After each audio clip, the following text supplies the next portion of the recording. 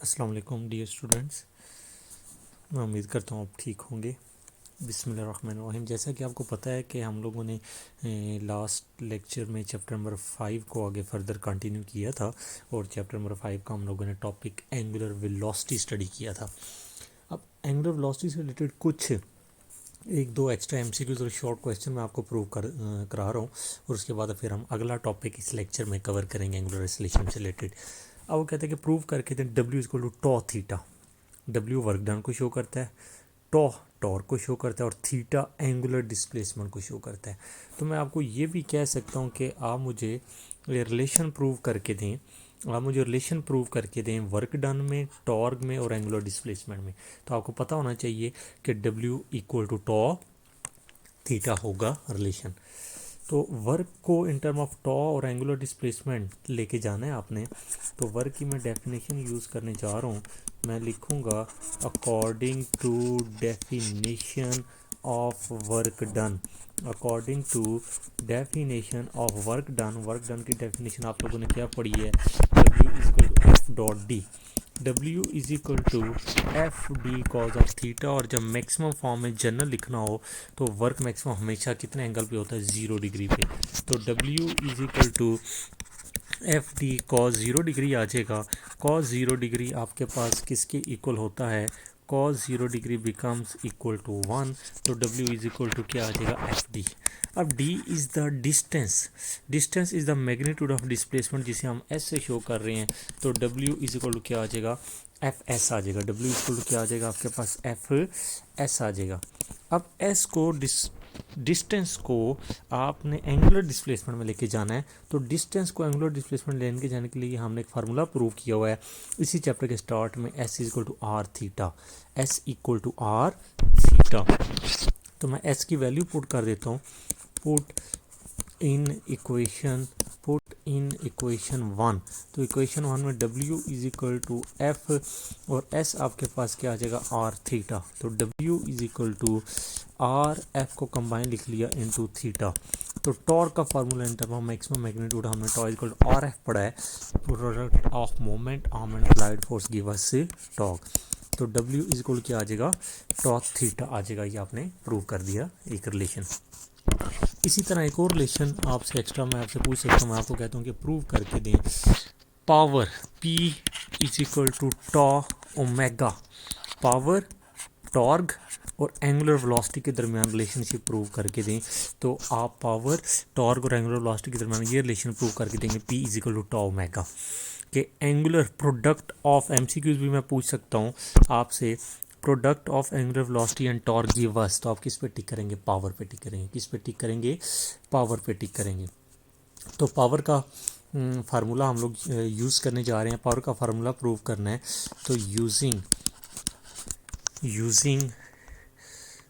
Relation, हम power का एक बेसिक रिलेशन यूज़ करेंगे जहाँ से हम ये पावर का फार्मूला प्रूव करेंगे। P is equal to F dot V. तो P is equal to F V cos of theta. और मैक्सिमम पावर तब होगी जब थीटा आपके पास 0 डिग्री होगा। तो P is equal to F V cos 0 degree. Cos 0 degree किसके इक्वल होता है? 1 के। तो P इज इक्वल टू क्या आ गया? F we. अब पावर को आपने एंगुलर वेलोसिटी में लेके जाना है। तो इसका मतलब ये इस लीनियर वेलोसिटी को एंगुलर वेलोसिटी में लेके जाना है। तो लीनियर वेलोसिटी को एंगुलर वेलोसिटी में लेके जाने के लिए हमारे पास एक फार्मूला होता है आपके पास V is equal to R omega, जो नेक्स्ट लेक्चर में हम प्रूव करेंगे। V is equal to R omega. फिलहाल आपने यहाँ पे ये जन्म रखना है, लीनियर और एंगुलर वेलोसिटी का आपस में ये रिलेशन होता है। V equal to R omega. Omega angular velocity है, V linear velocity. R radius, वो रेडियस है जिसके गिर्द गोल दायरे में चीज़ घूमती है। तो वही ट्रिक जो हम पढ़ते आ रहे हैं, तीन चीज़ों में से एक चीज़ हमेशा कांस्टेंट रहती है। तो यहाँ पे क्या कांस्टेंट होगा? Are radius. रेडियस कांस्टेंट होगा तो सर्कल बनेगा, सर्कल बनेगा तो एंगुलर वेलोसिटी होगी। तो V is equal to R omega. तो P is equal to F, V की जगह क्या लिख देंगे? Are omega. वैल्यू पुट कर देंगे तो P is equal to R F into क्या आ जाएगा आपके पास? ओमेगा आ जाएगा। तो टॉ का फार्मूला आपके पास क्या होता है? Tau is equal to R F. तो P इज इक्वल टू आपके पास आ जाएगा टॉ ओमेगा। तो आपने ये रिलेशन प्रूव कर दिया पावर में, टॉर्क में और एंगुलर वेलोसिटी में। अब इसी से आगे हम लोग नेक्स्ट स्टार्ट करने जा रहे हैं। जो हमारा टॉपिक है that one will be angular acceleration. Angular acceleration से क्या मुराद है? हम लोग एंगुलर एक्सेलरेशन किसे कहते हैं, एंगुलर एक्सेलरेशन क्या होती है। तो ये भी आप लोगों ने शॉर्ट क्वेश्चन आंसर, ये भी आप लोगों ने शॉर्ट क्वेश्चन आंसर और एमसीक्यूज़ के पॉइंट ऑफ व्यू से तैयार करना है। तो एंगुलर एक्सेलरेशन, जैसे हम लोगों ने एक्सेलरेशन पढ़ा था तीसरे चैप्टर में, rate of change in velocity या time rate of change in velocity, the ratio of total change in velocity to the total change in time is known as acceleration. इसी तरह हम यहाँ पे भी डिफाइन करेंगे, और लेकिन साथ हम लगा देंगे एंगुलर। तो आप इसकी डेफिनेशन लिखेंगे एंगुलर एक्सेलरेशन की, तो आप डेफिनेशन लिखेंगे the rate of change in the rate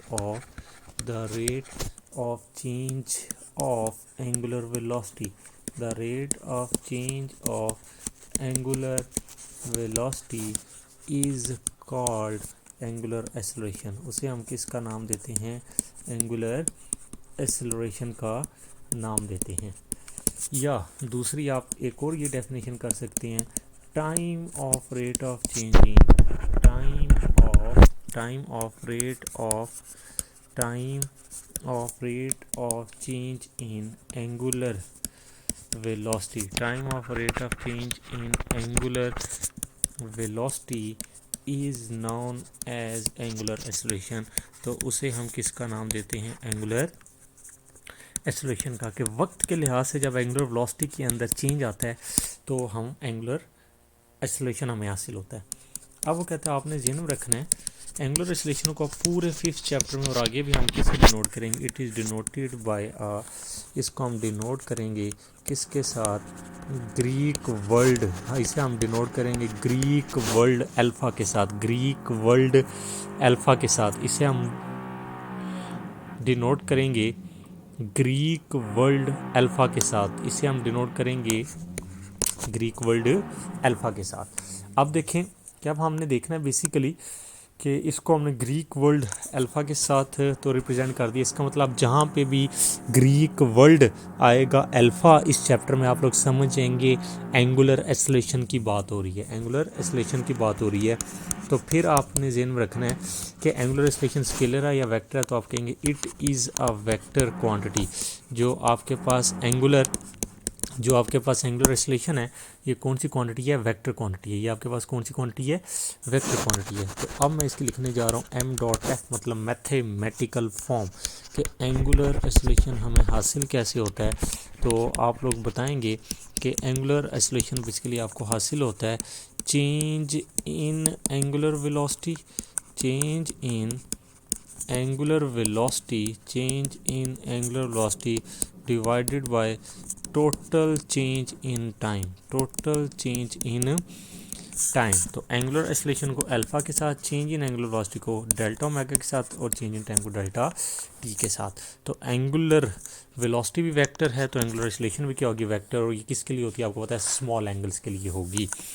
अब चेंज कैसे निकालते हैं, चेंज निकाली जाती है फाइनल माइनस इनिशियल, और change in time final point पे टाइम माइनस इनिशियल पॉइंट पे टाइम, या t2 माइनस या t1 ऐसे शो कर सकते हैं। जो डायरेक्शन एंगुलर वेलोसिटी की होगी वही डायरेक्शन एंगुलर एक्सेलरेशन की होगी, जो डायरेक्शन एंगुलर वेलोसिटी की होगी वही डायरेक्शन किसकी होगी, एंगुलर एक्सेलरेशन की होगी। तो अब हमें इसकी निकालनी है यूनिट। तो एंगुलर एक्सेलरेशन का फार्मूला आपके पास होता है alpha is equal to delta omega over delta T. तो ऐसे यूनिट के लिए आप क्या यूज़ करेंगे, चेंज इन एंगुलर वेलोसिटी की यूनिट होती है आपके पास रेडियन पर सेकंड, और टाइम क्या होता है, सेकंड। तो आपके पास SI यूनिट आ जाएगी रेडियन पर सेकंड स्क्वायर। तो SI यूनिट आपके पास एंगुलर एक्सेलरेशन की आगे रेडियन पर सेकंड स्क्वायर, या आप इसकी हम यूज़ कर सकते हैं ब्रिटिश इंजीनियरिंग सिस्टम या लार्ज लेवल पे डिग्री पर सेकंड स्क्वायर, या alpha is equal to revolution per second square. Next MCQs के पॉइंट ऑफ व्यू से भी आपने ध्यान में रखना है कि what is the dimension of angular acceleration, angular acceleration की डायमेंशन क्या होती है। तो एंगुलर एक्सेलरेशन का formula alpha is equal delta omega और डेल्टा टी होता है। तो चेंज इन एंगुलर वेलोसिटी की यूनिट होती है रेडियन पर सेकेंड, और टाइम क्या होता है, सेकेंड। तो अल्फ़ा आपके पास आ जाएगा रेडियन पर सेकेंड स्क्वायर। अब आपको पता है जब डायमेंशन लिखते हैं रेडियन तो थीटा की यूनिट है, इसकी तो कोई डायमेंशन नहीं होती। तो अल्फ़ा सेकेंड -1 सेकेंड -2 आ जाएगा। तो डायमेंशन की फॉर्म में आप लिखेंगे अल्फ़ा को t-2, या आप इसे लिख सकते हैं जैसा कि हम सीखते आ रहे हैं पहले चैप्टर से m0 l0 t-2। ये आपने क्या लिख ली, डायमेंशन लिख ली। नेक्स्ट अब हम डिस्क्राइब करने जा रहे हैं डायरेक्शन कि एंगुलर एक्सेलरेशन वेक्टर क्वांटिटी और एंगुलर एक्सेलरेशन की हम डायरेक्शन कैसे डिटरमिन करेंगे। तो हम इसकी डायरेक्शन लिखते हैं, आप लोग लिखेंगे the direction of angular acceleration, the direction of angular acceleration, जो एंगुलर एक्सेलरेशन की हम डायरेक्शन निकाल रहे हैं, is along the axis of rotation, is along the axis of rotation. ये एक्सिस ऑफ रोटेशन की क्या होती है, अलोंग होती है। या हम कह सकते हैं और एंगुलर एक्सेलरेशन की एज सेम वही डायरेक्शन होती है, एंगुलर एक्सेलरेशन की as same of angular velocity. जो एंगुलर वेलोसिटी की डायरेक्शन होगी वो ये एंगुलर एक्सेलरेशन की डायरेक्शन होगी। मिसाल के तौर पर ये सेंटर है, सेंटर से ये हमारा रॉड ऐसे मूव कर रहा है, कोई भी रॉड, इसे मैं एंटी क्लॉकवाइज डायरेक्शन में मूव करा रहा हूँ। तो अगर एंगुलर वेलोसिटी अपवर्ड डायरेक्शन में तो एंगुलर एक्सेलरेशन भी अपवर्ड डायरेक्शन में होगी। अब हम डिफ़ाइन करने जा रहे हैं मुख्तलिफ टाइप्स हम देखने जा रहे हैं कि टाइप्स ऑफ एंगुलर एक्सेलरेशन को हम डिस्क्राइब करने जा रहे हैं कि हमारे पास कितनी मुख्तलिफ टाइप्स होती हैं किसकी, एंगुलर एक्सेलरेशन की। तो पहली मैं डिस्क्राइब करने जा रहा हूँ what is meant by average angular acceleration. What is meant by average angular acceleration के एवरेज एंगुलर एक्सेलरेशन से क्या मुराद है, हम एवरेज की एवरेज जब भी निकालते हैं तो टोटल डिवाइडेड बाय टोटल करते हैं। तो आप इसकी सिंपल तरीन डेफिनेशन लिख देंगे, the ratio of total change in angular velocity, the ratio of total change in angular velocity to the total time taken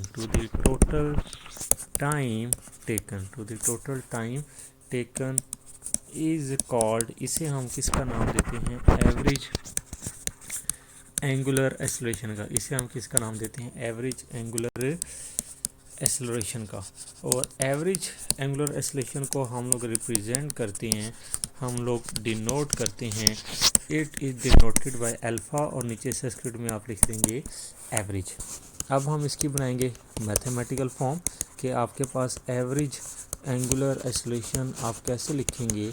average angular acceleration basically आपको हासिल होती है total change in angular velocity, total change in angular velocity, total change in angular velocity divided by total time taken, total time taken. तो average angular acceleration basically आपके पास equal होता है total change in angular velocity delta omega over delta T.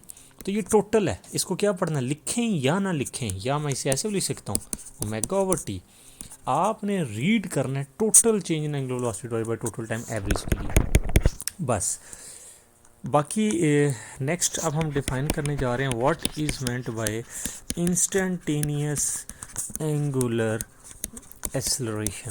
कि instantaneous angular acceleration से क्या मुराद है, हम लोग इंस्टेंटेनियस कोई भी चीज़ निकालनी हो तो instantaneous power, the power of body at particular instant, instantaneous work done, the work done of a body at particular instant, instantaneous velocity, the velocity of body at particular instant. इसी तरह angular acceleration की भी, the angular acceleration of body at particular instant, the angular acceleration of a body, the angular acceleration of a body at particular instant is known as, at particular instant is called instantaneous angular acceleration। उसे हम किसका नाम दे देते हैं, instantaneous angular acceleration का। उसे हम नाम देते हैं किसके, इंस्टेंटेनियस एंगुलर एक्सेलरेशन का। तो इंस्टेंटेनियस एंगुलर एक्सेलरेशन को हम लोग डिनोट करते हैं, हम लोग जाहिर करते हैं, it is denoted by alpha, और नीचे सब्सक्रिप्ट में लिख देते हैं INST। अब मैंने वेक्टर का निशान नहीं डाला, इसका मतलब मैं मैग्नीट्यूड की फॉर्म में लिख रहा हूँ। मैं किस फॉर्म में लिख रहा हूँ, मैग्नीट्यूड की फॉर्म में लिख रहा हूँ। तो अब इंस्टेंटेनियस इंस्टेंटेनियस किसी का भी फार्मूला बनाना हो ना, इंस्टेंटेनियस पावर का, इंस्टेंटेनियस वर्क का, इंस्टेंटेनियस वेलोसिटी का, इंस्टेंटेनियस अब एंगुलर एक्सीलरेशन का बना रहा हूँ, उसका बेसिक फार्मूला लिखा जाता है। ये मैंने एंगुलर एक्सीलरेशन का बेसिक फार्मूला लिखा। सिर्फ क्या काम करूँगा, जो ही मैं अप्लाई करूँगा limit delta T approaches to zero, limit delta T approaches zero, साथ नीचे ये फार्मूला बन जाएगा इंस्टेंटेनियस। तो ये चीज़ आपने ध्यान में रखनी है। तो change in angular velocity alpha omega, vector quantity या वेक्टर का निशान लगा दिया। इसी तरह थर्ड, अगर मैं आपसे पूछूं कि what is meant by uniform angular acceleration, uniform angular acceleration से क्या मुराद है, तो यूनिफॉर्म एंगुलर एक्सेलरेशन हम लोग किसे कहते हैं, तो आप वही डेफिनेशन लिखेंगे जो हम पहले लिखते रहे। वर्डिंग आप लोग खुद बना देंगे, इसकी मैं रिप्रेजेंटेशन कर देता हूँ। अगर हमारे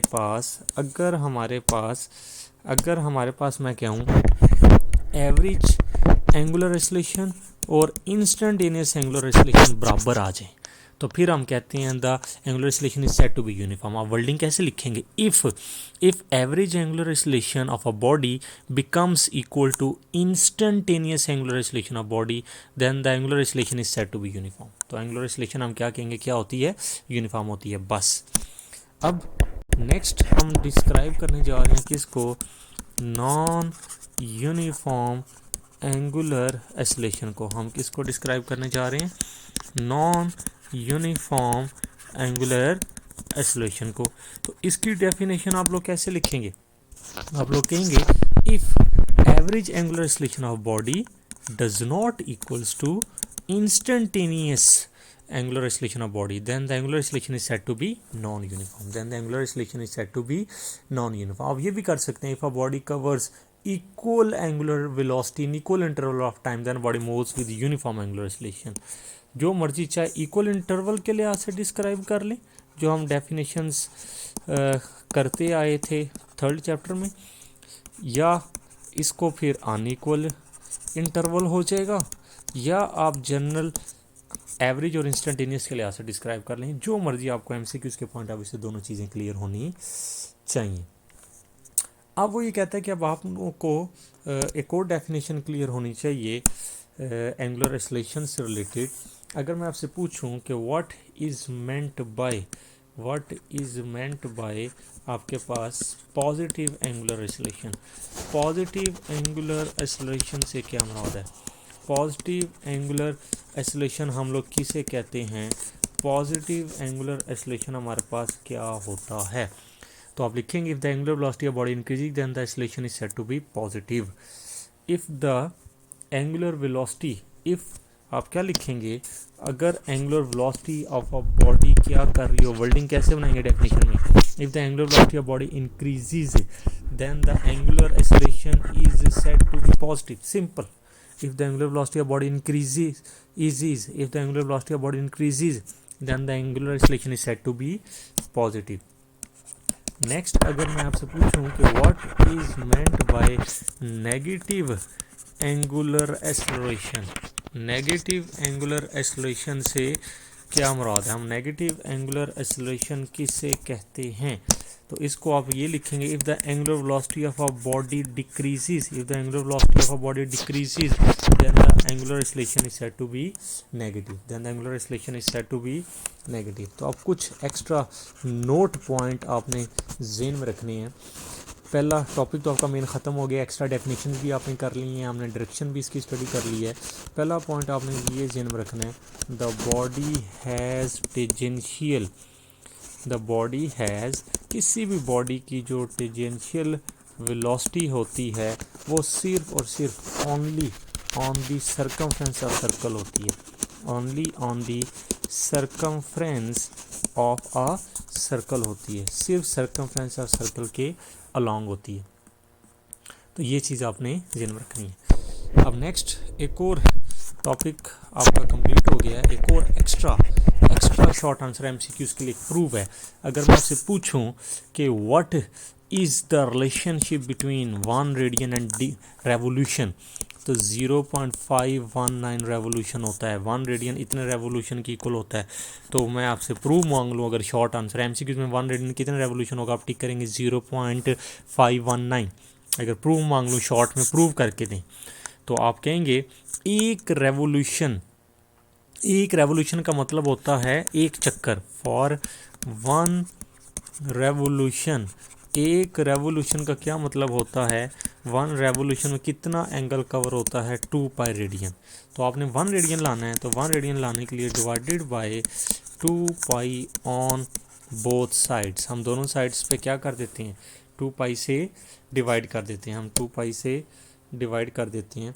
तो हमारे पास फिर क्या आ जाएगा, जब 2 पाई से हम डिवाइड करेंगे, इसको मैं सीधा करके लिख देता हूँ, 2 pi radian equal to 1 revolution, और डिवाइडेड बाय आपने क्या कर दिया, 2 पाई। तो 2 पाई से क्या हो गया, कैंसिल। तो इधर क्या रह गया आपके पास, इधर आपके पास रह गया 1 रेड। तो 1/2 पाई करें, पाई की वैल्यू 3.1416 पुट करें, तो 0.5197 आ जाएगा।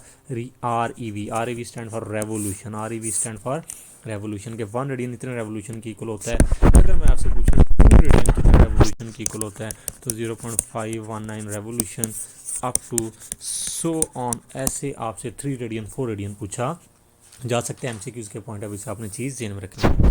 अब नेक्स्ट लेक्चर के अंदर हम लोग रिलेशंस प्रूव करेंगे कि लीनियर वेलोसिटी और लीनियर एक्सेलरेशन का एंगुलर वेलोसिटी और एंगुलर एक्सेलरेशन के साथ क्या रिलेशन है। पहले हम प्रूव करेंगे कि लीनियर वेलोसिटी और एंगुलर वेलोसिटी का आपस में क्या रिलेशन है, फिर हम देखेंगे कि लीनियर एक्सेलरेशन और एंगुलर एक्सेलरेशन का क्या रिलेशनशिप है।